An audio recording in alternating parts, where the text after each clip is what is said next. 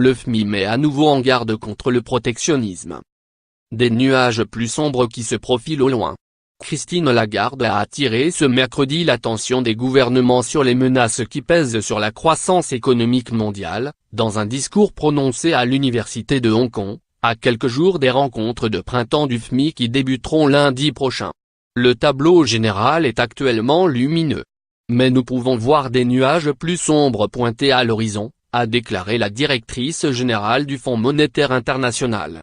Dans son viseur, les tensions entre les États-Unis et ses partenaires commerciaux, en premier lieu la Chine.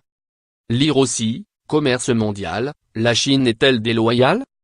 Craignant une escalade dans la guerre commerciale entre les deux pays, Christine Lagarde a appelé les gouvernements à se tenir à l'écart du protectionnisme sous toutes ses formes et à agir de manière à soutenir l'économie. La fenêtre d'opportunité est ouverte. Il y a désormais une nouvelle urgence parce que les incertitudes se sont accrues de manière significative, a-t-elle affirmé. L'histoire nous montre que restreindre les importations affecte tout le monde, en particulier les consommateurs pauvres.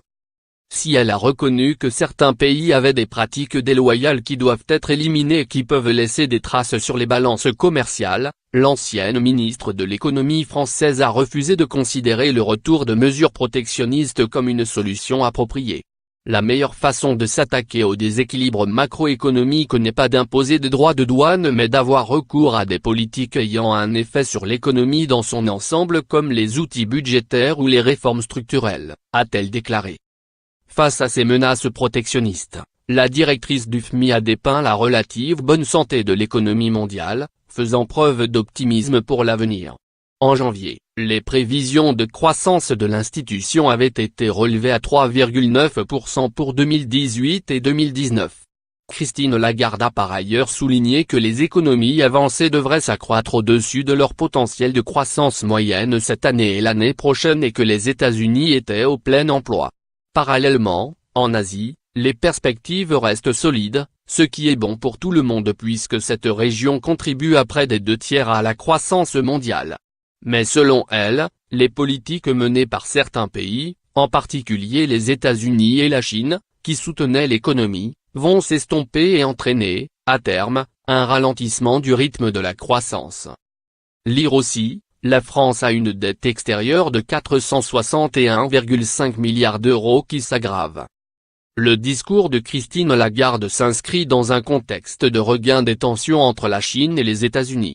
Le président américain accuse notamment la Chine de mettre en place des pratiques commerciales déloyales, responsables du déficit commercial des États-Unis.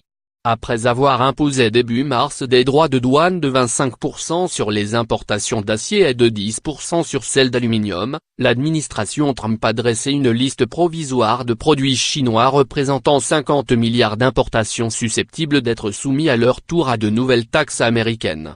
Pékin a rétorqué en annonçant des représailles dans des proportions identiques visant les produits américains, ce qui a poussé le président américain à surenchérir en menaçant de viser pour 150 milliards de dollars d'importations chinoises.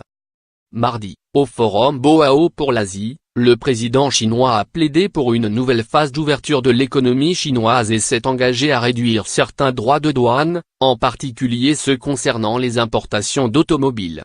Xi Jinping a également fait preuve de fermeté, déplorant l'impossibilité pour son pays de négocier pour l'instant avec les États-Unis dans les conditions actuelles.